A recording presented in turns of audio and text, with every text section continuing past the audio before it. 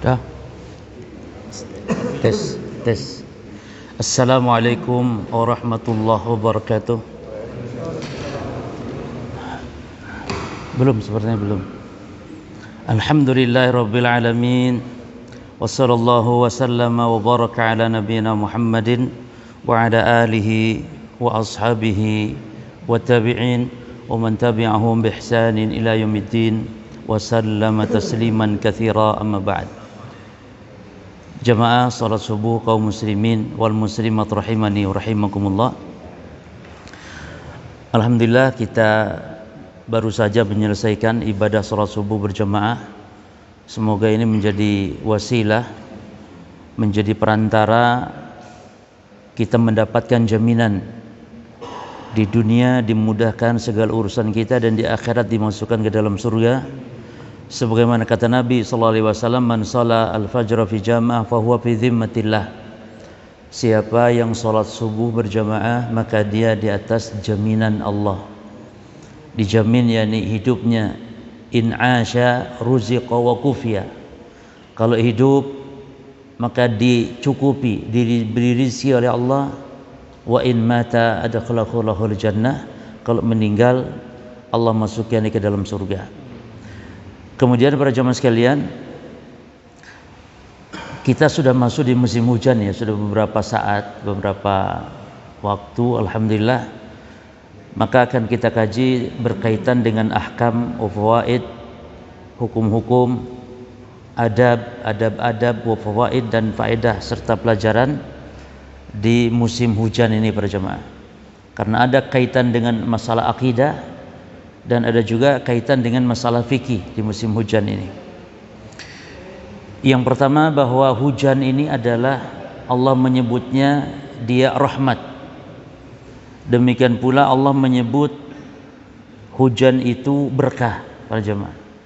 Misalnya Allah mengatakan wa nazzalna minas samai ma'an mubaraka, dan kami telah menurunkan dari langit. Makna dari langitnya dari atas, yaitu air yang mubaraka, air yang penuh berkah ya. Dan Allah menyebut hujan itu rahmat. Allah menyebut hujan itu rahmat. Di antaranya firman Allah Subhanahu wa taala, wa huwallazi arsala riyah. Dialah Allah yang telah mengutus, yakni meniupkan riyah, angin, busyra baina yaday rahmatihi, di mana angin yang Allah tiupkan, yakni mendung, ini adalah merupakan kabar gembira akan turunnya rahmatnya. Apa turun rahmat di sini? Hujan. Jadi Allah menyebut hujan itu rahmat, Allah menyebut hujan itu adalah air yang berkah. Maka nanti akan kita kaji, dengan air hujan itu dibolehkan para jemaah ngalap berkah. Jadi kalau Rasul SAW itu kalau turun hujan, beliau sengaja membuka sebagian dari bajunya agar jasad beliau, badan beliau terkena air hujan. Maka kalau sekalian kita hujan-hujanan ini tidak apa-apa, bagi yang aman dari sakit gitu ya, hujan-hujanan itu juga bagus untuk ngalap keberkahan. Tapi para jemaah sekalian, ada beberapa adab-adab yang berkaitan ketika menjelang hujan dan ketika turun hujannya ya. Jadi adab yang dianjurkan qabla, sebelum, wassana, ketika, wa ba'da, dan setelah nuzulil matar, setelah turun hujan. Ada adab sebelumnya, ada adab ketika turun hujan, dan ada adab setelah turun hujan. Di antara adab yang pertama adalah berdoa kepada Allah inda ru'yati as-sahab. Kalau kita melihat mendung, maka jangan diam, ada doanya khusus ya, melihat mendung ya. Dan ketika melihat mendung disunahkan untuk kita meninggalkan aktivitas, khususnya yang sedang di luar, meninggalkan aktivitas. Karena itu yang dilakukan oleh Rasul sallallahu alaihi wasallam. Ummul Mukminin Aisyah radhiyallahu anha pernah mengatakan, kana Nabiyyu sallallahu alaihi wasallam, adalah Nabi sallallahu alaihi wasallam, idza ra'a nasyian, apabila beliau melihat awan ya, fi ufuqis sama, yang ada di atas langit sana, maka beliau tarakal amal, beliau menghentikan aktivitasnya Rasulullah sallallahu alaihi wasallam dengan sebab karena beliau melihat awan, melihat mendung. Ketika melihat mendung, Rasul meninggalkan aktivitas. Wa in kana fi shalah thumma yaqul, jika dalam keadaan salat beliau setelah itu membaca doa, di mana bacaannya Allahumma inni a'udzubika, ya Allah sungguhnya aku berlindung kepada Engkau min syarriha, dari keburukan mendung ini. Jadi mendung itu bisa jadi tanda buruk jemaah. Adanya mendung itu tanda buruk, maka Rasul berlindung. Nah, ketika mendung itu berubah menjadi hujan, wa in mutira, dan ketika Nabi dihujani, yakni ketika mendung itu berubah menjadi hujan, maka beliau berdoa Allahumma sayyiban hani'an. Dalam lafaz yang lain Allahumma sayyiban nafi'an. Boleh dua lafaz ini ya. Yang pertama Allahumma sayyiban hani'an, ya Allah turunkanlah aku hujan atau hujanilah aku, yakni hani'an. Maknanya sama, hani'an yakni yang bermanfaat. Ya. Demikian pula nafi'an maknanya yakni hujan yang bermanfaat. Jangan sampai hujan yang membawa azab. Karena di antara hikmah turunnya hujan para jamaah adalah untuk mengadab. Jadi hujan selain dia sebagai rahmat, juga hujan itu Allah turunkan untuk mengadab manusia, menyiksa manusia. Makanya adanya banjir dengan sebab hujan, longsor, itu diantara tanda bahwa hujan turun adalah dalam rangka untuk mengadab. Nah, lalu doa ketika hujan itu turun, maka Allahumma sayyiban nafi'an. Kemudian para jamaah, ketika hujan itu sudah turun, ini kita dianjurkan untuk banyak-banyak doa. Sebab doa saat hujan itu mustajab. Kesempatan yang telat jodohnya ya, yang mungkin telat punya anak atau hajat-hajat dunia akhirat, maka doa. Sebab kata Nabi sallallahu alaihi wasallam, isnatani atau sintani turaddani atau qallama turaddani. Ada dua saat yang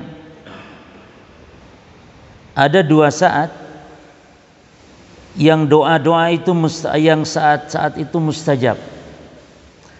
Yang pertama doa indan nida, ya. Ada dua saat di mana dua saat ini Allah tidak akan menolak, la turaddani. Allah tidak akan menolaknya. Ini pasti Allah mengijabahnya.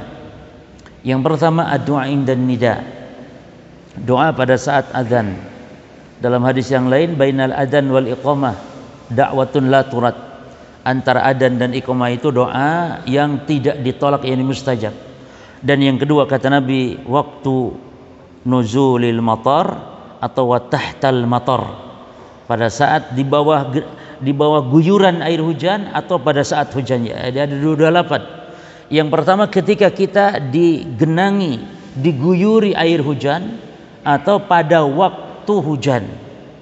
Ini saat kehujanan atau memang pada saat hujan walaupun kita sedang tidak kehujanan. Ini duanya maknanya juga benar. Nah, yakni doa di bawah hujan atau doa saat waktu hujan itu la yurad, ya tidak ditolak oleh Allah Subhanahu wa taala. Kemudian di antara adab para jemaah ya, yang pertama tadi membaca doa khusus Allahumma shayyiban nafi'an, yang kedua apa? Membaca doa-doa yang kita umum ingin diijabah oleh Allah. Yang ketiga para jemaah, di antara adab saat turun hujan adalah kashfu syai' minal badan liyusibahul matar. Menyingkap sebagian badan kita kalau sedang di jalan, hatta kalau sedang di rumah.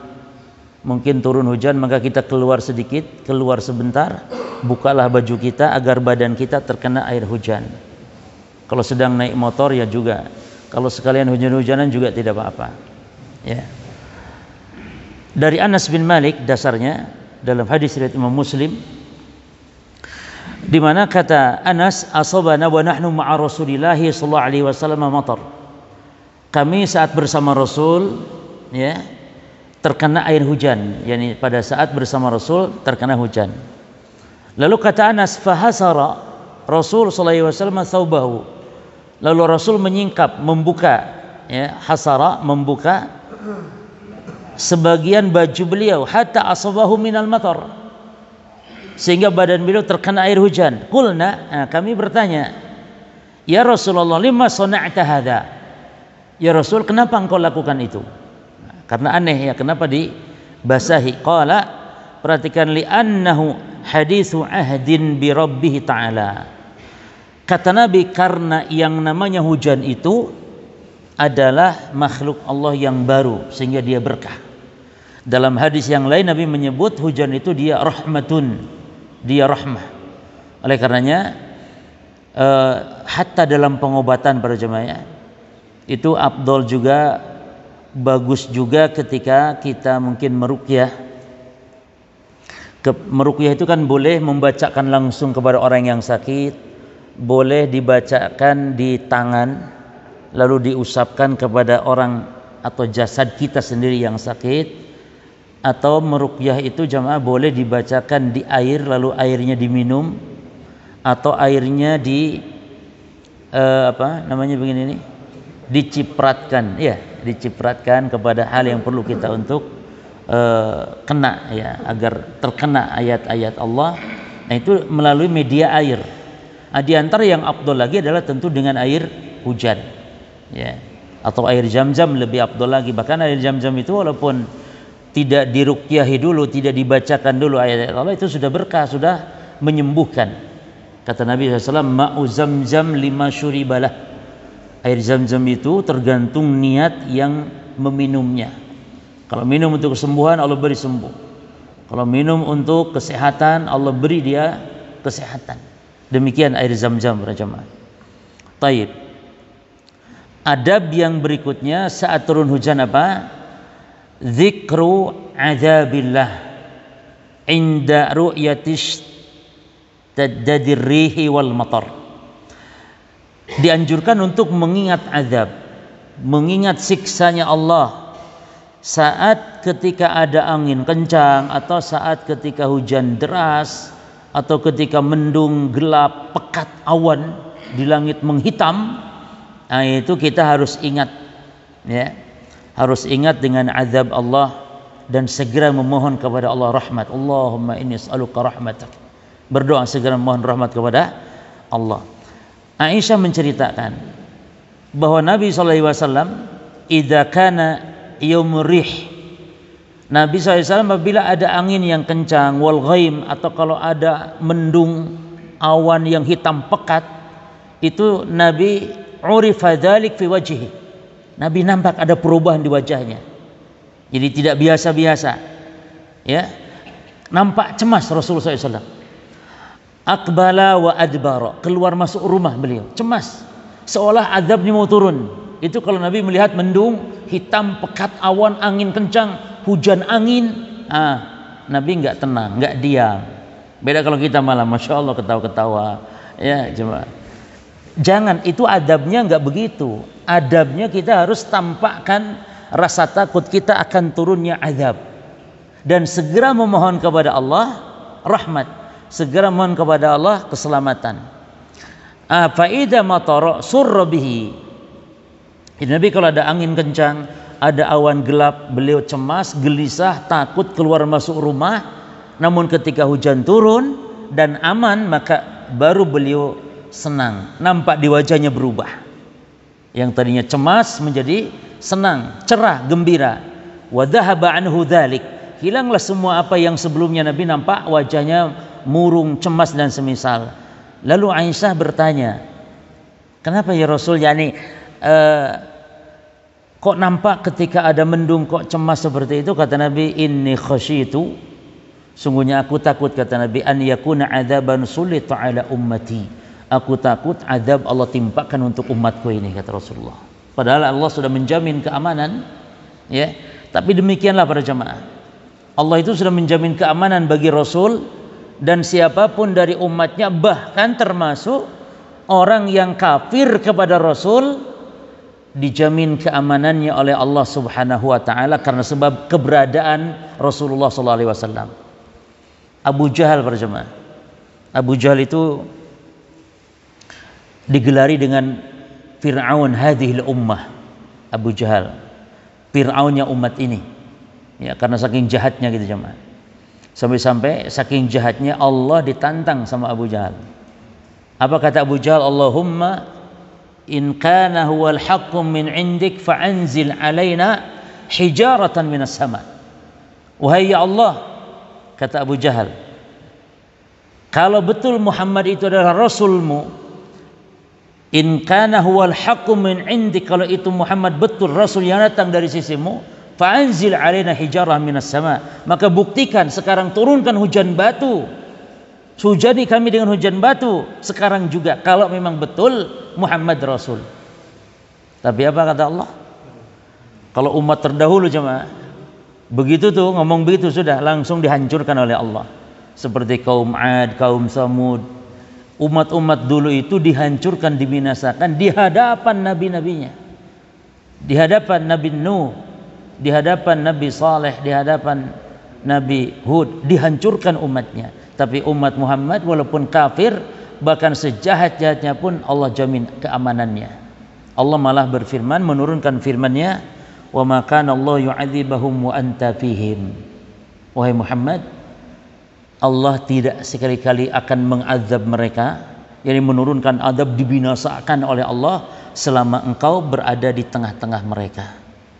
Dan Allah masih menjamin, kalaupun Rasul telah wafat, Allah masih menjamin, wa ma kana Allah mu'adzibahum wa hum yastaghfirun, dan Allah senantiasa akan mengampuni mereka selama mereka beristighfar kepada Allah. Jadi ketika Nabi hidup jaminan keamanan, dan Nabinya telah wafat jaminan keamanannya istighfar. Istighfar, maka bisa jadi Allah berikan aman negeri ini dengan sebab istighfarnya orang-orang Islam, istighfarnya orang-orang yang rukuk sujud kepada Allah, istighfarnya orang-orang yang senantiasa datang ke masjid, istighfarnya orang-orang lemah. Dengan itu Allah selamatkan kita, walhamdulillah. Taib. Kemudian para jamaah sekalian, doa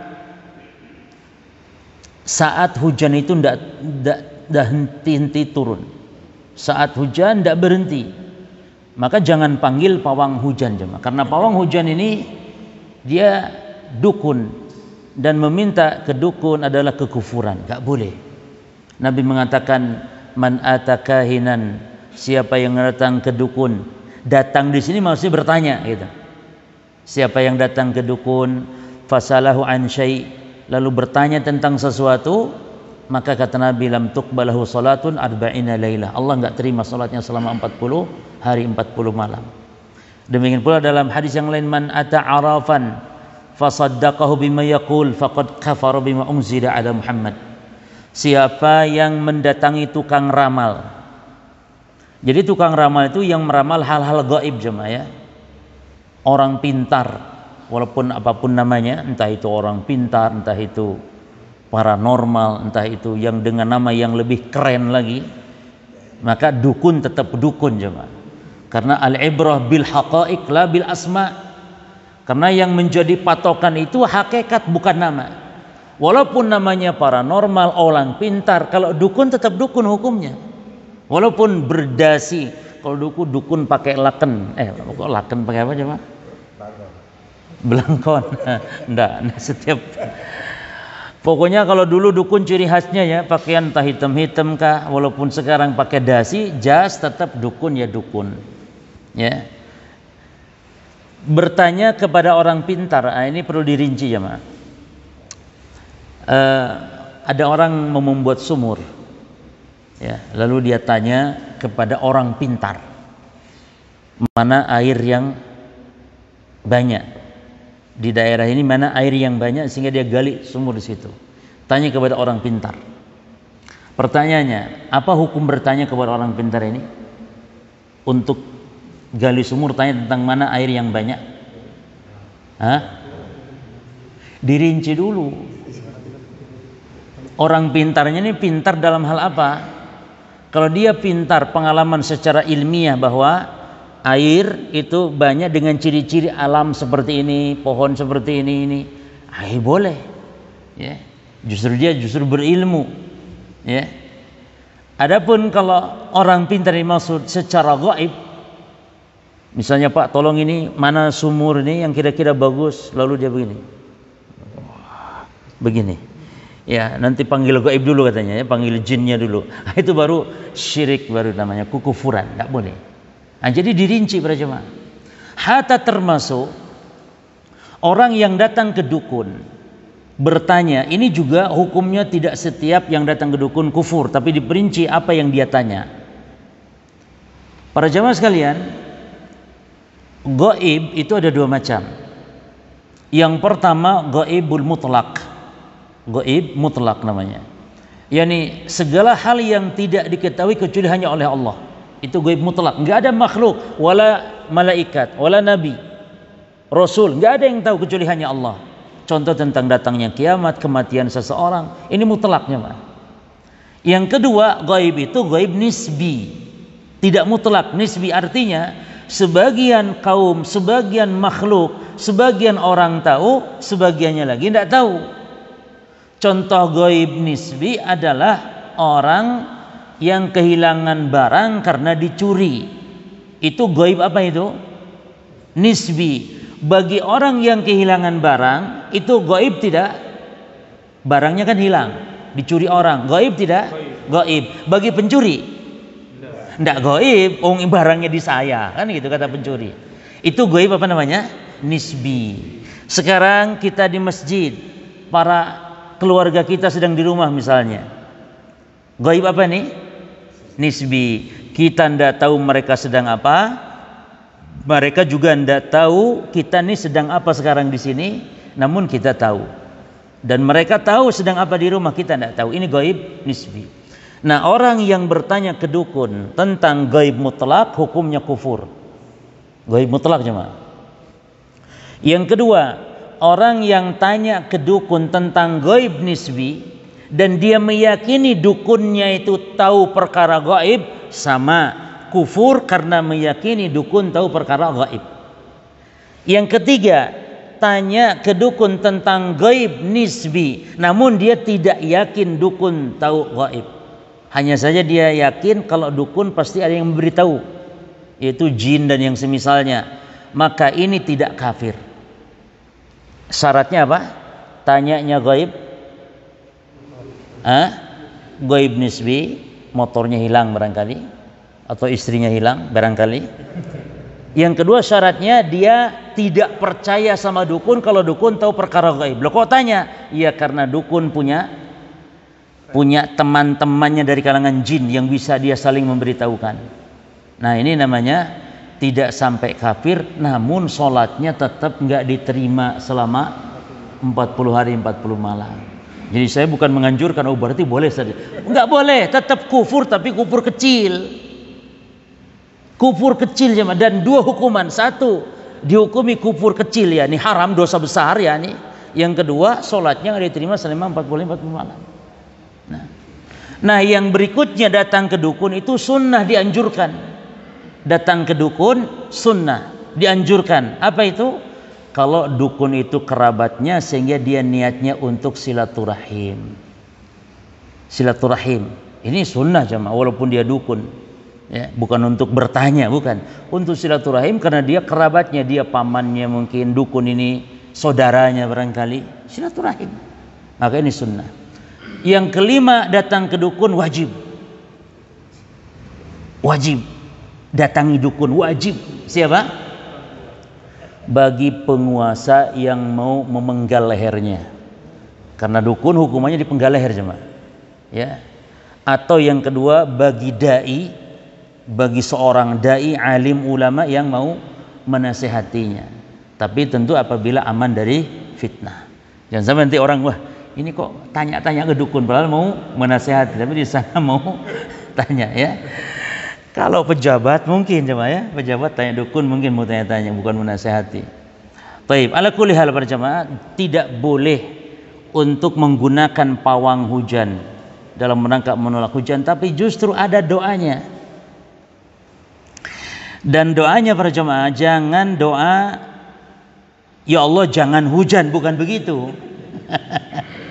Nabi memberi contoh di sini, ya. Ini ada kisah pada saat Nabi sedang khutbah Jumat, jemaah. Datang seorang, dalam riwayat seorang laki-laki disebut dalam riwayat lain yakni Arab gunung. Dia mengadukan kepada Nabi sallallahu alaihi wasallam bahwa dia mengatakan halakatil mawashi ya Rasulullah. Nabi sedang khutbah itu. Nabi sedang berkhutbah Jumat. Wahai Rasul, katanya unta-unta kami, unta-unta saya ini binasa, mati. Kenapa? Karena kekeringan ternyata. Wan qata'ati subul, jalan-jalan itu terputus karena sebab kekeringan. Fad'ullaha yughithuna. Maka tolong doakan. Berdoalah ya Rasul kepada Allah. Jadi bukan minta kepada Rasul ya Rasul turunkan hujan, bukan. Ini orang ini ya Rasul berdoalah kepada Allah agar Allah menurunkan hujan kepada kita. Nah, ini tawasul yang dibolehkan seperti itu. Yani kita minta didoakan orang lain agar orang lain doa kepada Allah. Gitu. Bukan kita minta langsung kepada orang tersebut. Maka Nabi SAW langsung mengangkat kedua tangannya. Dan kalau sedang khutbah jemaah, jadi cara minta hujan itu ada 3 cara. Satu, ketika khatib sedang berkhutbah. Yang kedua, dengan sholat khusus di tanah lapang seperti sholat id jemaah. Namun bedanya kalau id pakai baju yang bagus. Kalau istisqa itu sholat minta hujan, itu baju jangan yang bagus-bagus, malah baju yang sangat-sangat sederhana. Tapi jangan compang-camping juga, enggak. Maksudnya baju biasa gitu, baju biasa. Lalu berdoa, boleh khutbah dulu, boleh sholat dulu, karena ini ada khilaf tentang sholat istisqa. Beda dengan sholat id. Kalau sholat id kita apa dulu? Sholat dulu baru khutbah. Kalau sholat istisqa boleh khutbah dulu, boleh juga yakni sholat dulu. Nah, yang jelas doa menghadap ke kiblat, ya. Imamnya doa menghadap ke kiblat, kemudian setelah itu dirubah baju, yakni yang sebelah kanan, yakni bajunya nih yang kanan dirubah menjadi yang kiri. Ya. Berarti caranya bagaimana? Dibalik bajunya. Maksudnya baju luar, jemaah. Ridanya Rasul dibalik. Itu rida itu bukan selendang, rida itu baju luar. Ya kalau kita tidak pakai baju luar cuma satu, ya nggak usah dibalik cuma karena ya. Makanya yang maksud dibalik baju luar. Termasuk juga ibu-ibu yang ikut sholat istisqa tetap membalik baju, cuman bukan seperti itu, tapi kalau ada baju luarnya, ya. Dan kalau aman dari fitnah, misalnya sholat tempat sholatnya tertutup misalnya, peci juga boleh dibalik seperti itu. Dan ini sebagai bentuk tafaul jemaah, ya. Yani optimisme dengan adanya perubahan yang tadinya kekeringan menjadi hujan, atau tadinya kesulitan menjadi adanya kebahagiaan. Jadi dalam Islam ada tafaul itu namanya. Ya. Tafaul itu yakni beroptimis terhadap sesuatu yang baik dengan sebab adanya hal-hal baik yang dia lihat, yang dia dengar. Beda dengan tatayur. Kalau tatayur dilarang jemaah. Tatayur itu menganggap sial terhadap sesuatu yang dia lihat, menganggap sial terhadap sesuatu yang dia dengar, tapi nggak ada kaitan dalam syariat. Ya, contoh misalnya sial dengan hari tertentu, ada istilah rebo wekasan, itu haram, tidak boleh jemaah. Istilah rebo wekasan, ya, yakni rebo di akhir tahun yang dianggap ini rebo akan turunnya bala, bencana, malapetaka, ini tidak boleh, haram hukumnya. Lalu kaum muslimin biasanya sudah meyakini tatayur seperti, dan kata Nabi atiyaratu syirkun. Bertiarah itu meyakini suatu ini sial, hari sial, apa sial, nomor sial, angka sial, ya. Itu kata Nabi kesyirikan. Syirik itu tidak boleh. Nah, biasanya kaum muslimin ketika meyakini sebuah kesyirikan ini, dia cara menangkalnya dengan melakukan amalan ibadah yang tidak ada dasarnya. Sehingga ada istilah salat rebo wekasan untuk menangkal rebo wekasan. Jadi sudah kesyirikan ditambah dengan amalan-amalan yang tidak ada dasarnya. Jadi berlipat dosanya akhirnya. Termasuk jamaah sial angka tertentu, ya. Hotel itu tidak ada lantai tertentu, nggak ada kamar nomor tertentu karena akan takut mendapat kesialan. Ini semuanya tatayur. Nah, yang boleh itu bukan tatayur tapi tafaul. Tafaul. yakni optimis karena dia mendengar sesuatu yang baik, atau optimis karena melihat sesuatu yang baik, baru boleh, karena ada kaitan. Contoh, kita di jalan, berjalan mau bisnis, ketemu sama orang bernama Selamat, maka kita optimis, insya Allah nih usaha kita insya Allah selamat. Apa? Ya karena ketemu tadi dengan Pak Selamat. Tidak apa-apa, optimis. Atau misalnya udaranya apa, cerah jemaah, insya Allah nih kita hari ini bisnis lancar, cerah. Kenapa? Udaranya cerah. Nah, itu boleh optimis seperti itu. Makanya Nabi mendahulukan kanan. Kenapa? Optimis karena ahlul jannah itu ashabul yamin. Maka Nabi mendahulukan yang kanan dalam segala hal. Karena Nabi SAW yu'jibuhu atayammun. Nabi suka takdimul yumna, mendahulukan kanan dalam segala halnya. Pakai sandalnya, menyisir rambutnya. Ya tentu yang ada pasangannya kan jemaah. Ya kan? Kalau menyisir rambut memang di zaman Rasul ada rambut dibelah dua jemaah. Di zaman Rasulullah itu nyisir rambut mereka orang Arab itu belah dua. Antum jangan ngebayangin koyo apa Rasul nih belah dua, ganteng jemaah Rasulullah. Ya. Jadi belah dua. Makanya kalau nyisir kanan dulu. Termasuk tukang cukur kanan dulu. Ini sunnah. Pakai baju yang pasangan intinya. Namun yang tidak pasangan, nggak ada pasangan, contoh pakai peci, ya tidak harus kanan dulu misalnya. Nah, kalau peci gini aja jemaah, seret gitu aja, karena nggak ada kiri kanan. Yang ada kiri kanan, dahulukan kanan. Ini tafaul. Memberi anak yang namanya baik dengan harapan kebaikan ini sangat dianjurkan. Namakan anak kita soleh agar soleh nantinya. Namakan anak kita para nabi, namakan anak kita para sahabat agar mendapatkan berkah keberkahan mereka. Ini dianjurkan bahkan. Ya. Atau namakan yang baik cuma seperti apa tadi, Selamat, ya boleh nama kaum tuh boleh cuma walaupun kurang afdol, tapi boleh asal bermakna baik. Bejo boleh, apa arti bejo? Atau untung boleh, supaya beruntung begitu ya. Cuman pakailah bahasa Arab yang bagus ya cuma pakai, tapi boleh bahasa kaum tidak tercela asal namanya bagus. Nama saya ini Dadang cuma tidak ada artinya sama sekali. Orang Jawa Barat Dadang, namain anak tuh begitu, Dadang, Diding, Dudung, Dodong, Dedeng, begitu. Kok simple banget gitu dan gak ada maknanya itu. Ada Tatang, Titing, Tutung, Teteng, Totong, itu orang Sunda begitu ya. Kalau di Jawa juga ada ya. Ada yang begitu? Ada Sumargono. Apa artinya Sumargono?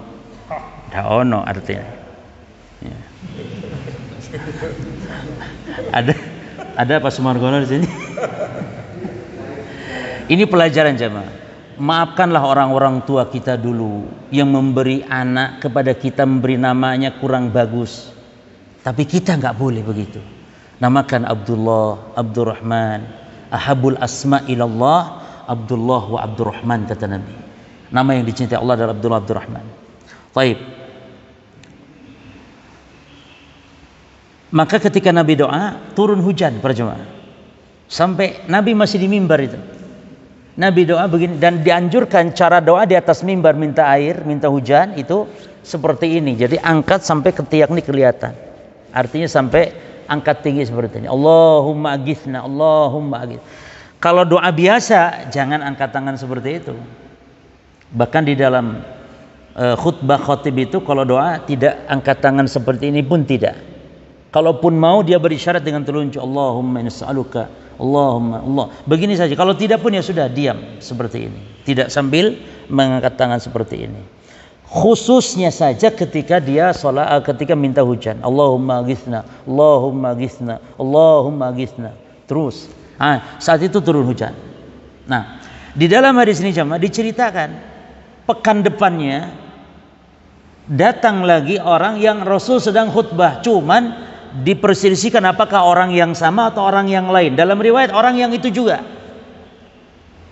datang kepada Nabi, tapi sekarang bukan minta hujan lagi jemaah, karena sejak itu hujan terus. Jadi sekarang minta, ya Rasul binasa karena hujan terus-terusan katanya. Kalau dulu binasanya karena apa? Nggak ada hujan, sekarang hujan terus-terusan. Maka Nabi berdoa jemaah, bukan doanya ya Allah jangan turun hujan, bukan. Maka ini nanti dibaca nih yang mau hajatan. Jadi tidak usah panggil pawang, yang mau hajatan ya supaya hujannya jangan di situ, maka baca doa ini. Kita doa sendiri, jangan panggil-panggil pawang. Ya. Walaupun betul kadang-kadang pawang itu jemaah atas izin Allah. Kadang pawang itu dikabulkan oleh Allah atas izin Allah. Para dukun juga diizinkan oleh Allah.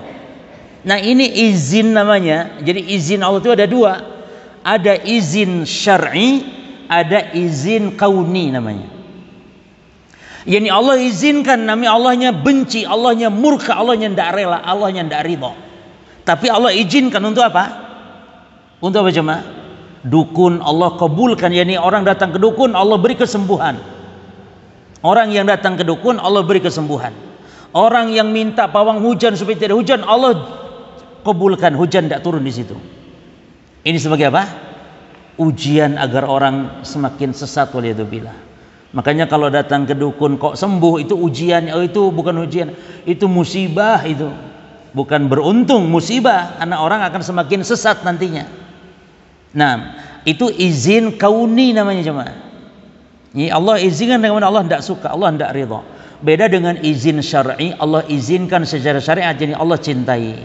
Allah mengizinkan untuk sholat, Allah mengizinkan untuk ibadah, ya.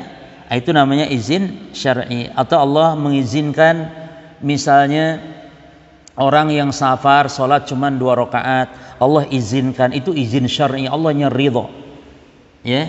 Bagi musafir misalnya mengqashar salat, ya itu Allah izinkan. Taib. Nah, apa doanya jemaah? Nabi doanya Allahumma hawalaina la alaina. Allahumma hawalaina wa la alaina.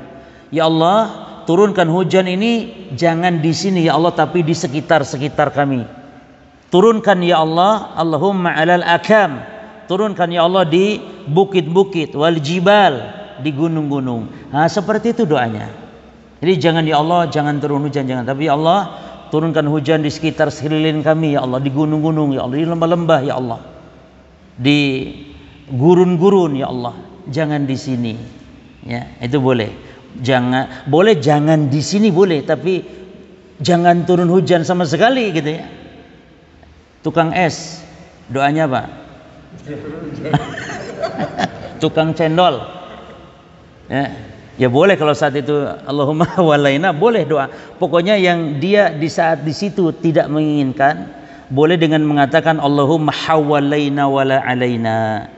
Taib. Berikutnya para jemaah, pembahasan kita itu di antara adab-adab ya. Sekarang pembahasan kita berkaitan, nanti ada hukum fikihnya tentang hujan insyaallah. Sekarang berkaitan akidah dulu. La yazuz nisbatul matar lil kaukab awin najmi. Tidak dibolehkan menisbatkan ya hujan kepada bintang-bintang tertentu, tidak boleh, tapi hanya kepada Allah saja ya. Tapi kalau misalnya bentuk pengkabaran boleh. Misalnya begini, kalau sudah Desember berberan ini biasanya hujan, itu boleh seperti itu. Tapi kalau ini hujan karena Desember, atau hujan karena bulan ini bulan tertentu, atau karena bintang ini bintang itu, maka itu disebutkan dalam hadis dia telah kufur ya, menisbatkan hujan yang bukan dia kepada Allah Subhanahu wa taala. Taib. Yang kedua berkaitan akidah, tidak boleh mencaci maki yang namanya angin, hujan dan yang semisal. Hatta walaupun mungkin misalnya tadi yang jualan es krim, alah kurang ajar, nah, misalnya hujan tok gitu, gak boleh cuma, gak boleh. Di dalam hadis disebutkan, kata Nabi, la tasubur rih, jangan kalian mencaci angin. Fa idza ra'aitum ma takrahuna faqulu, kalau kalian melihat sesuatu yang kalian tidak suka dari angin, maka bacalah doanya, Allahumma inna nas'aluka min khairi hadhihi rih. Ya Allah, sungguhnya aku mohon kepada Engkau kebaikan angin ini, wa khairi ma fiha, dan kebaikan apa yang ada di dalamnya, wa khairi ma umirat bihi, dan kebaikan apa yang telah diperintahkannya dengan angin tersebut. Lalu wa na'udzubika, dan berlindung kepada Engkau ya Allah, min syarri hadhihi, dari keburukan angin ini. Jadi bisa jadi angin bawa keburukan, maka berlindung kepada Allah. Allahumma inni a'udzubika min syarri hadhihi wa syarri ma fiha wa syarri ma umirat bihi. Jadi kalau kita melihat sesuatu yang tidak suka dari angin dan semisal, doa, bukan malah mencaci, ya. Taib. Di antara kaitan dengan fikihnya, Pak. Yang pertama berkaitan hujan, ya.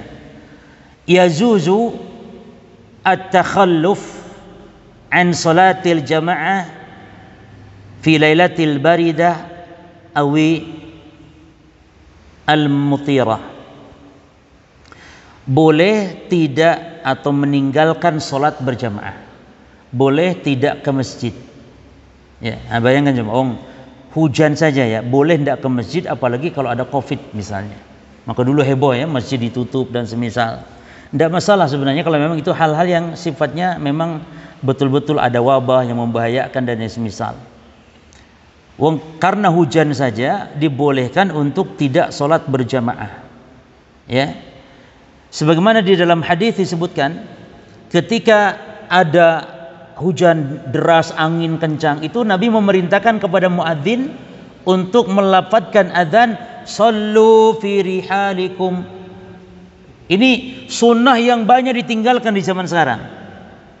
Kalau hujan deras, jemaah, muadzin di masjid itu disunahkan adzannya ada tambahan ini, dan boleh ya 1 dari 3 tempat. Boleh sebagai pengganti hayya ala sholah, jadi hayya ala sholahnya diganti dengan sallu fi rihalikum atau sallu fi buyutikum, atau boleh yakni setelah hayya ala sholah, hayya ala falah dilanjutkan sallu fi buyutikum. Atau yang ketiga jemaah, boleh setelah selesai adzan tambahkan sallu fi buyutikum. Cuman repot jemaah kalau kita praktekkan langsung tanpa dijelaskan dulu, juga nanti akan, loh iki adzan madhab opo gitu biasanya. Madhab apa ini, madhab baru, disangkanya begitu, ya. Taib. Termasuk bukan hanya hujan, dikiaskan kalau ada wabah juga gitu ya. Misalnya masjid ditutup, maka adanya seperti itu. Nah, kemudian berikutnya, yazuju al-jam'u. Dibolehkan menjamak salat bainal maghrib wal isya jam'at taqdim bi adanin wahid. Dibolehkan menjamak antara maghrib dan isya. Kenapa maghrib isya? Kalau duhur dan asar, duhur dan asar ada khilaf. Kalau ini ijma, kita bahas nanti. Maghrib dan isya dengan jamak takdim, dengan 1 kali adzan dan 2 iqamah, sebagaimana jamak kita dalam safar dan semisal, ya. Adapun tentang salat asar jemaah, yakni zuhur dan asar, karena jamak itu menjamak salat artinya hanya menjamak salat dalam satu waktu, menggabungkan 2 waktu salat dilakukan pada satu waktu, antara duhur dan asar, maghrib dan isya, itu saja jamak. Tidak boleh maghrib dan asar, atau asar dan maghrib, atau subuh dan duhur, nggak boleh. Jadi jamak itu hanya maghrib dengan isya atau duhur dengan asar, itu tok. Dan jamak ada 2 macam, ada jamak takdim, yakni mendahulukan waktu, yakni salat asar dilakukan di waktu duhur, salat isya dilakukan di waktu maghrib, itu jamak taqdim. Taqdim biqaf, taqdim, bukan ta'dim. Ini kadang-kadang salah, makanya seperti ru'yah, ya. Ru'yah bukan ru'yah, ruqyah. Ruqyah ya. Bukan ru'yah. Tolong saudara kita sakit, tolong ru'yah. Ru'yah itu ru'yatul hilal, melihat hilal, baru itu ru'yah. Kalau menjampai orang sakit dengan Al-Fatihah, menjampai dengan Quran, namanya ruqyah. Taib. Nah, ini namanya jama' taqdim, jama' taqdim. Ada yang kedua jama' takhir. Takhir mengakhirkan, yakni duhur dilakukan di waktu asar atau maghrib dilakukan di waktu isya. Nah, ketika hujan para jamaah, ini hanya bagi yang ada di masjid. Adapun yang sedang di rumah, hujan deras, di rumah tidak boleh menjama' karena tidak ada kesulitan bagi dia. Maka hikmahnya kenapa? Karena adanya kesulitan, sehingga syaratnya pun satu, harus hujan yang deras yang bisa membasahi baju pakaian. Hujannya deras, bukan gerimis dikit-dikit. Atau yang kedua, hujan walaupun gerimis misalnya, tapi campur angin dan semisal, sehingga menyulitkan untuk berangkat ke masjid, maka ini pun tidak dibolehkan. Tapi hanya boleh bagi orang yang sedang berada di mana jemaah? Di masjid. Jelas ya, bagi orang yang sedang berada di masjid, bukan yang sedang di rumah. Jadi hujan yang deras yang membuat kesulitan gitu jemaah. Ustaz, kan ada payung, ini rukhsah, dibolehkan. Walaupun ada payung boleh, ya. Nah, rukhsah loh jemaah ya, bukan diharamkan, bukan, rukhsah. Mau hujan-hujanan ke masjid juga silahkan. Karena rukhsah itu boleh diambil, boleh tidak. Cuman kalau diambil rukhsah, Allah itu cinta, Allah itu suka, Allah menyukai rukhsahnya diambil, sebagaimana maksiatnya dijauhi. Saya ulangi, Allah itu sangat suka kepada hamba yang mengambil rukhsahnya, sebagaimana hamba menjauhi maksiatnya. Ini suka, ya. Seperti mungkin musafir, orang musafir itu jemaah mau sholat jamaah qashar, ya, mengambil rukhsah, dan ini yang afdal. Mau sholat tamam pun silahkan, tapi itu tidak afdal bagi musafir sholat jemaah ya. Beda dengan puasa jemaah. Kalau puasa dilihat kondisinya, bisa jadi justru walaupun musafir puasa lebih afdal daripada berbuka. Kalau apa? Kalau safarnya nyaman, safarnya tidak memberatkan, safarnya dia mampu untuk dia berpuasa, maka puasa teruskan, jangan berbuka. Tapi kalau sholat jemaah, mau safarnya nyaman kek, mau ber-AC, mau pesawat terbang, ya, tidak harus loh Nabi kan pakai unta Ustaz, sekarang nyaman pas terbang, tidak apa-apa. Nabi tidak menyebutkan, yang penting as-safar qit'atun minal adab, safar itu potongan adab kata Nabi. Kalau sholat beda jemaah. Kalau sholat mau senang mau tidak, mau nyaman mau tidak, safar tetap jamaah qashar, dia lebih afdal, lebih besar pahalanya daripada yang tamam sempurna 4 rakaat misalnya. Beda dengan puasa. Kalau puasa justru yang afdal berpuasa kalau mampu. Kenapa jemaah? Satu, kalau dengan berpuasa lebih ringan bagi dia daripada mengqadha. Karena kalau puasa di saat bulan Ramadan kan apa? Rame-rame itu jemaah. Kalau mengqadha sendirian, orang makan nasi pecel dia puasa, orang makan soto dia puasa, berat. Yang kedua, ngalap berkahnya bulan Ramadan. Kalau mengqadha bulan apa? Masuk qadha bulan Ramadan? Yang qadha di luar Ramadan berarti bulan biasa, nggak berkah. Terus yang ketiga, lebih melepaskan apa? Beban. Karena namanya punya utang itu beban jemaah. Maka kalau untuk puasa, afdal berpuasa terus walaupun safar, ya. Kecuali kalau safar memberatkan sehingga dia mengganggu kesehatan dan semisal, maka berbuka tentu lebih utama. Taib. Nah, ini sepakat para jemaah. Sebagaimana Rasul SAW melakukan sholat jamaah, ya, ketika saat hujan. Adapun kalau duhur dan asar, nah ini khilaf para ulama dalam masalah ini. Menurut mayoritas ulama, kalau duhur dan asar itu tidak boleh dijama katanya. Karena duhur asar itu walaupun hujan ya tidak menyulitkan seperti sholat maghrib isya gitu. Taib. Namun wallahu alam, pendapat yang kuat bahwa duhur dan asar pun sama, tidak dibedakan. Karena namanya hujan tetap adalah dia adanya masyaqqah, adanya kesulitan, maka tidak dibedakan. Sehingga pendapat yang kuat Allah Ta'ala adalah pendapat yang mengatakan boleh duhur dan asar pun menjama ketika turun hujan. Faedah berikut tentang masalah fikih jamaah sekalian, at-tinul ladzi yakun fi asy-syawari' ba'da nuzulil matar tahir.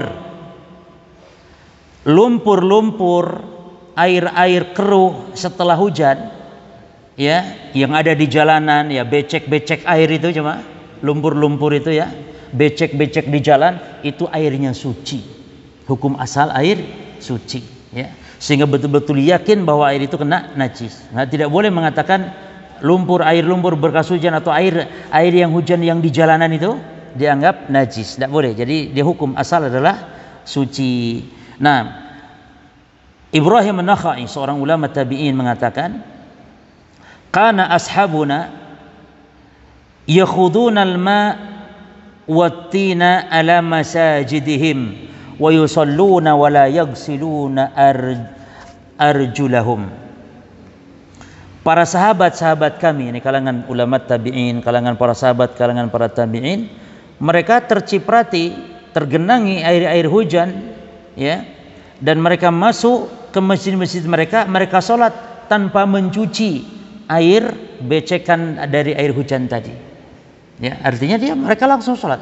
Kan mereka sholatnya di masjid yang kadang-kadang dia tidak cuma tidak pakai karpet seperti kita sekarang atau pakai lantai seperti ini. Jadi kadang-kadang mereka masuk dengan sendal-sendalnya, bekas hujan mereka tidak mencucinya. Baik. Berikutnya jemaah sekalian, yajuzu atau tahur min ma'il matar, dibolehkan bersuci dengan air hujan, ya, tentu karena dia air yang suci, bersih. Cuman ada dalil khusus dalam Quran, wa anzalna minas sama'i ma'an tahura, dan kami turunkan, kata Allah, dari langit air yang suci. Air apa maksudnya? Dari langit Allah turunkan air hujan. Allah menyebut air yang suci. Yang kelima, pelajaran dari fikih berkaitan musim hujan adalah yajuzu al-mashu ala al-jawrabaini liman adkhala qadamaihi tahirataini yawman wa laylatan lil mukim wa salasa ayyama wa bilayalihinna lil musafir. Dibolehkan untuk mengusap sepatu atau mengusap kaos kaki dengan syarat, jemaah. Ketika musim hujan kan mungkin dingin dan yang semisal, dibolehkan mengusap sepatu kalau wudu tidak perlu dibuka, namun dengan syarat, jemaah. Satu syaratnya, ketika kita memasukkan kaki ke dalam sepatu atau ketika kita pakai kaos kaki, pakai sepatu, itu dalam keadaan punya wudu. Jelas semuanya? Maka di sini dianjurkan untuk kita senantiasa memiliki wudu, begitu. Ya. Terus yang kedua syaratnya, berlaku hanya bagi hadas kecil saja. Artinya kalau ada hadas besar wajib mandi, tidak boleh ngusap sepatu saat mandi. Harus dicopot sepatunya gitu, cuma. Jangan mandi begini, diguyur badannya, sepatunya diusap. Jadi, tapi kalau wudu boleh, berwudu, ya. Giliran sepatu nggak usah dibuka, cukup diusap. Cuman tadi syaratnya apa tadi? Saat pakai sepatu dalam keadaan punya wudu. Dan yang ketiga syaratnya, berlaku hanya sehari semalam bagi yang sedang tidak safar. Mungkin jenengan di kantor, ya, sehari semalam saja. Adapun musafir boleh 3 hari 3 malam. Baik. Batasan sehari semalam atau 3 hari 3 malam dari mana mulainya, jemaah? Bukan mulai dari sejak pakai sepatu. Pakai sepatu mungkin pagi jam 6 barangkali. Bukan dari jam 6 sampai jam 6 lagi, bukan. Tapi dari saat mulai, kapan dia memulai mengusap. Kan bisa jadi dia tidak wudu, ya kan? Dia sholat duhur mungkin tidak wudu karena belum batal, terus sholat asar masih belum, masya Allah. Boleh tidak? Boleh. Nabi pernah 5 kali sholat sekali wudu, coba. 5 kali sholat Nabi sekali wudu. Berarti tahan buang angin, tahan buang air kecil, masya Allah. Boleh. Batal wudu di waktu, ambil contoh waktu maghrib, ya, sehingga dia harus mengusap sepatu. Dia berwudu karena batal, ya, mungkin buang angin, kemudian dia mengusap sepatu. Nah, dari mulai itulah dihitung, berarti maghrib besok itu terakhir bagi mukim. Bagi musafir 3 hari 3 malam waktu maghrib. Nah, ada khilaf ulama para jamaah tentang batalnya, habisnya masalah mengusap. Pendapat yang pertama, habisnya mengusap itu ketika sepatu dicopot. Kalau seorang muslim sholat ke masjid copot sepatu, berarti jatah untuk mengusap habis. Pendapat yang kedua tidak habis. Ya, ini walaupun dicopot selama belum batal buang air. Paham ya maksudnya ya? Berarti maknanya kalau mencopot sepatu itu gugur habis, berarti maknanya berlakunya ngusap sepatu bagi mereka yang terus-terusan sholat sambil pakai sepatu, yang tidak sholat di masjid kan begitu, atau yang di masjid yang dia pakai sepatu, atau sholat yang di kendaraan kan nggak nyopot sepatu bagi para musafirin misalnya, atau termasuk para jemaah yang sholat di rumah juga berlaku, karena bisa jadi orang di rumah itu dalam kondisi dingin para jemaah. Bahkan para ulama menganjurkan ya, kita diperintah oleh Rasul untuk sholat pakai sandal jemaah. Maka coba praktekkan. Kita tidak memungkinkan mempraktekkan sholat di masjid seperti ini, sholat pakai sandal. Kata Nabi, sallu fi ni'alikum fa innal yahud wa nasara la yusalluna fi ni'alihim. Sholatlah kalian memakai sandal-sandal kalian, karena Yahudi Nasrani tidak mau sholat memakai sandal. Nah, kita umat Islam diperintah menyelisih mereka. Maka sunnah ini amalkan. Cuman kan kapan masjid kita seperti ini? Nggak mungkin kita mempraktekannya. Praktekkan pada saat kita di rumah jemaah. Sesekali kita di rumah sholat pakai sepatu. Syekh Ibnu Utsaimin mengatakan, coba sesekali kita di rumah sholat pakai sandal, pakai sepatu jemaah. Ya, di rumah tahajud pakai sepatu, apalagi musim dingin, atau pakai sandal. Ya, ini dalam rangka apa? Mengikuti ittiba sunnah Nabi, dalam rangka juga menyelisihi orang-orang Yahudi, orang-orang Nasrani. Ya. Nah, tapi pendapat yang kuat yang mana jemaah? Batalnya mencopot, batalnya mengusap sepatu. Wallahu alam, yang lebih hati-hati ya batal ya saat mencopot sepatu. Nah, kalau kita mau mengusap kaos kaki, barangkali yaitu memakai kaos kaki juga harus dalam keadaan suci, dan sama antara kaos kaki dan sepatu boleh dua-duanya. Pokoknya setiap yang menutup mata kaki. Adapun sendal nggak boleh diusap jemaah. Kalau sendal ya. Tapi yang boleh sepatu. Apa definisi sepatu? Segala sesuatu yang menutup mata kakinya, yang menutupinya, seperti itu. Ya. Baik itu kulit ataupun yang lain, itu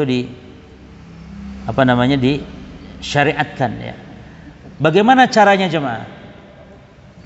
Sepatu, ini berarti bawahnya sepatu jemaah, anggaplah ya. Ini sepatu atasnya. Jadi mengusap itu yang diusap adalah bukan bawahnya ini, bukan yang kotornya, tapi yang atasnya ini. Jelas jemaah ya? Dan mengusap tidak harus tangan kanan sepatu kanan, tangan kiri sepatu yang kiri, tidak harus demikian. Tapi mengusap dengan tangan yang kanan. Dan cara mengusap itu sekali usapan, baik dalam mengusap sepatu ataupun mengusap wajah atau tangan saat tayamum, atau mengusap kepala saat berwudu. Yang namanya usapan itu semuanya sekali, baik wudu sekali juga, ya. Baik mengusap tayamum sekali juga, ya. Tempelkan tangan di tanah, ya. Kalau mau wajah dulu tepukan, baru ini juga sekali. Nah, baru tangan sekali juga. Sekali begini. Sekali. Jangan digosok-gosok nanti jinnya keluar. Baru yang di pergelangan, jangan sampai sikut. Dalam mazhab Syafi'i sampai sikut, tapi tidak sahih hadisnya. Yang benar itu adalah sampai hadis Bukhari Muslim sahih sampai pergelangan ke sini. Ya. Selesai itu tayamum. Jadi sekali saja jemaah. Termasuk sepatu, mengusap sepatu adalah sekali. Jadi sepatu jangan digosok-gosok kayak lagi nyemir. Jadi sekali. Ya, mengusap sepatu. Nah, ini kaidahnya jemaah, yang namanya mengusap adalah rukhsah. Warukhsah itu la yang bagi tikrar. Yang namanya mengusap adalah rukhsah, keringanan, dan yang namanya keringanan tidak pantas, tidak layak untuk diulang-ulang. Jadi sebenarnya kita dalam wudu, kepala ini harusnya juga dibasuh sebagaimana wajah. Cuman kalau kepala dibasuh berarti kan keramas, ini menyulitkan para jemaah. Makanya datang syariat, kalau untuk mengusap cukup sekali saja, karena dia adalah keringanan. sehingga mengusap kepala sekali, ya. Dibalikkan ke depan. Yang rambut panjang boleh sekali seperti ini saja, ya, langsung masukkan, ya. Ibu-ibu yang rambutnya panjang juga boleh sekali ke bawah, tidak harus dikembalikan ke depan, ya, karena dia akan merusak ininya, tatanan rambutnya barangkali. Adapun yang rambut pendek maka dikembalikan sebagaimana hukum asal demikian, ya. Baik, cukup jemaah ya. Mungkin ada beberapa faedah, diantaranya orang yang meninggal dunia karena terbawa banjir tenggelam itu termasuk orang yang mati syahid, yang mendapatkan pahala syahid. Maka di antara sebab ya turunnya hujan, diantaranya orang meninggal gara-gara banjir dan semisal, berarti mati dalam keadaan tenggelam. Maka inilah mati-mati yang diberi pahala syahid. Ini yang disebut dengan syahid akhirat, begitu cuma. Jadi syahid itu ada 3 macam, ada syahid dunia, ada syahid akhirat, ada syahid dunia akhirat. Yang syahid dunia bagaimana? Orang yang mati di medan perang, yang menurut manusia dia perang di jalan Allah mati syahid, namun matinya karena dia berperang tidak ikhlas, tapi ingin disebut pahlawan atau karena ingin harta rampasan peperangan, maka itu namanya syahid dunia. Jadi artinya menurut kita, pandangan kacamata kita syahid, tapi tidak menurut Allah Subhanahu wa ta'ala. Itu syahid dunia namanya. Yang kedua, syahid akhirat, orang yang meninggal dengan kondisi-kondisi tertentu yang diberi pahala syahid di akhirat, seperti mati tenggelam, mati terbakar, mati al-mahdum, tertimpa reruntuhan, wanita yang mati saat melahirkan atau saat nifas, yakni darah nifas masih keluar. Mungkin sudah sepekan, masih nifas berapa lama para jemaah? Nifas itu maksimal 40 hari. Yani kalau lebih 40 masih ada darah, maka wajib sholat. Itu nifas. Dan kalau kurang dari itu sudah bersih, wajib sholat. Jadi nifas itu patokannya maksimalnya. Nah kalau haid nggak ada patokan minimal maksimal. Kalau haid, ya kalau haid disesuaikan dengan keadaan. Ya ada orang wanita yang haidnya 8 hari, ada yang 10 hari, ya ada yang cuma 6 hari, ya ada yang 3 hari mungkin. Nah, disesuaikan. Kalau nifas ada batasannya. Nah itu wanita yang meninggal seperti itu dalam Islam mati syahid, bukan jadi kuntilanak. Kalau dalam kamus masyarakat wanita seperti itu jadi apa? Jadi kuntilanak katanya. Ini justru mulia ya wanita seperti itu.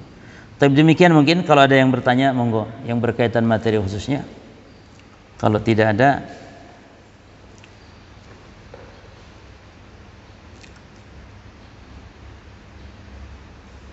baik.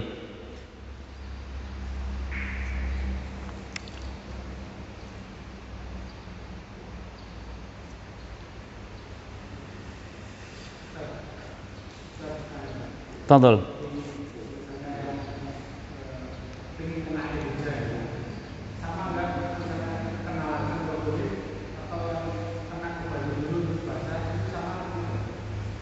Justru Nabi membuka, ya.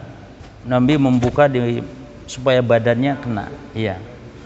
Ini menunjukkan berarti ya lebih afdal untuk dikenakan di badan kita gitu. Kenapa? OTOT itu apa? Oh, OTOT itu yang dada. Bahasa apa itu? Taib. Jadi Nabi membuka dulu bajunya, menunjukkan atau mengisyaratkan adalah harus dikenakan ke badan, bukan ke baju saja. Nah, yang abdul hujan-hujanan gitu ya, sambil kita doa di bawah guyurnya hujan, berdoa kepada Allah. Mungkin yang punya hajat-hajat tertentu jemaah ya, yang mungkin punya anak, ingin punya anak, lama perbanyak istighfar sambil doa. Coba sekali hujan-hujan gitu supaya. Dan bahkan Syekh Ibnu Utsaimin mengatakan termasuk jemaah kalau hujan itu disunahkan juga supaya barang-barang kita terkena. Tentu yang terkena hujan nggak masalah jemaah ya. Jangan kasur ya, tapi apa barang-barang kita supaya terkena berkahnya. Makanya kendaraan ya justru hujankan gitu loh. Kendaraan sepeda motor kita hujankan kalau pas turun hujan. Barang-barang Syekh Ibnu Utsaimin rahimahullah sampai begitu. Ya, atau misalnya ada baju yang perlu kita untuk dari barang ya, dihujankan itu dikeluarkan dari rumah. Ya, kendaraan, sepeda motor, sepeda pancal, hujankan. Ya, tentu nanti cuci lagi tentunya jemaah. Ya. Baik, ini diantara faedah. Nah, yang lain? Nah, untuk kan sekarang biasanya ibu-ibu kalau misalnya supaya nggak terlalu hujan menjemur pakaian itu kayak CD atau segala macam itu boleh nggak Ustaz? menjemur apa? Ya, menaruh CD supaya nggak turun hujan. Supaya tidak turun hujan. Itu termasuk tatayur.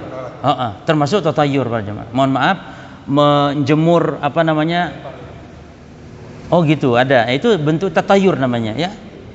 Berkeyakinan supaya tidak turun hujan dengan dijemur, mohon maaf, celana dalam atau pakaian dalam, ya. Nah, ini termasuk bentuk tatayur. Tidak boleh, tidak ada keyakinan seperti itu, tidak ada kaitan. Itu kesyirikan. Kata Nabi, at-tiyaratu syirkun, at-tiyaratu syirkun. Tiarah itu bentuk kesyirikan. Ya. Taib. Cukup ya jemaah ya. Ini dulu yang bisa kita sampaikan, mudah-mudahan bermanfaat. Wallahu taala alam. Subhanakallahumma bihamdika asyhadu an la ilaha illa anta astaghfiruka wa atubu ilaik. Assalamualaikum warahmatullahi wabarakatuh.